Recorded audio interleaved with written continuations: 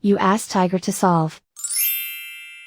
This deals with linear equations with one unknown. The final result is b equals 19/3. Let's solve it step by step. Group all constants on the right side of the equation. Subtract 8/3 from both sides. Group like terms. Combine the fractions.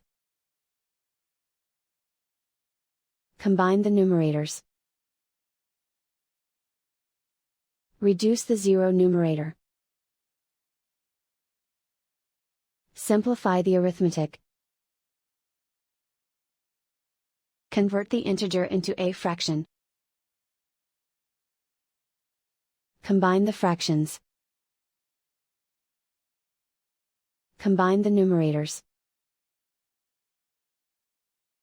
And so the final result is b equals 19/3.